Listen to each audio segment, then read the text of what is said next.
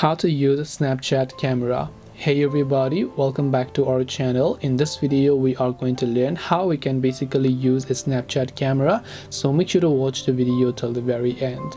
Now if you would like to use a Snapchat camera, now it may not be as good as your native camera application here, but it's still pretty decent. You open up Snapchat, by default you're on the camera screen. Now first of all, you have different sort of filters that you can use from here. Now these are filters and they don't come from the camera, but they come from the Snapchat app itself. This is the front facing camera, by the way. So if you want to move to a back facing camera, which is a rear camera, you can see this little loop icon from the top right.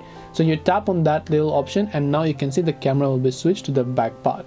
Similarly, you can just come back like this and then you will be able to switch it to the first ones here. This way you should be able to use a Snapchat camera. Hope this video is very helpful. If you have got any more questions, then feel free to also leave them down below. Thank you for watching till the end of the tutorial and see you soon in the next video.